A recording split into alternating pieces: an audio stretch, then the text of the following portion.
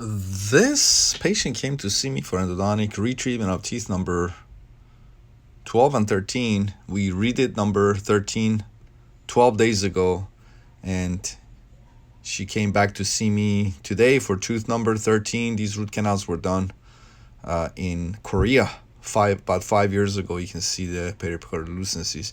I already redid number 12. This is my work. You should have seen it before. I redid number 12. Patient came to see me for us to redo number 13. You can see this large prefabricated metal post, previous root canal, and a large periapical lucency. So take a look. Today we went ahead and went through the PFM crown and removed this prefab metal post, and it was huge. Take a look. This is the post. Actually, about 1/3 of it I cut with my burr, and the rest of it, this much of it, I was able to remove with my ultrasonic device. And here's the post-op. So the apical diameter of these canals was over 50, so I went ahead and placed MTA.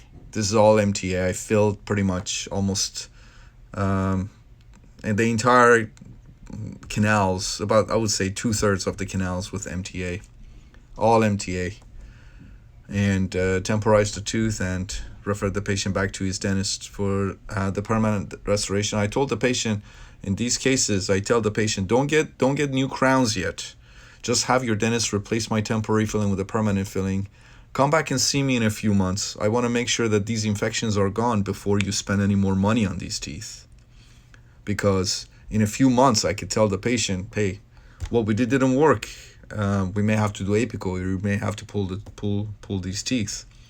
So I always tell the patient, I always discuss everything with the patient. I never surprise my patients with some information, new information that I hadn't told them before. So I go over everything with my patients. I go over the pros and the cons and the risks and the benefits and what can happen in the worst case scenario, all kinds of different outcomes. I go over all of that with my patients, so that way there are no surprises, and we don't have an unpleasant conversation later on.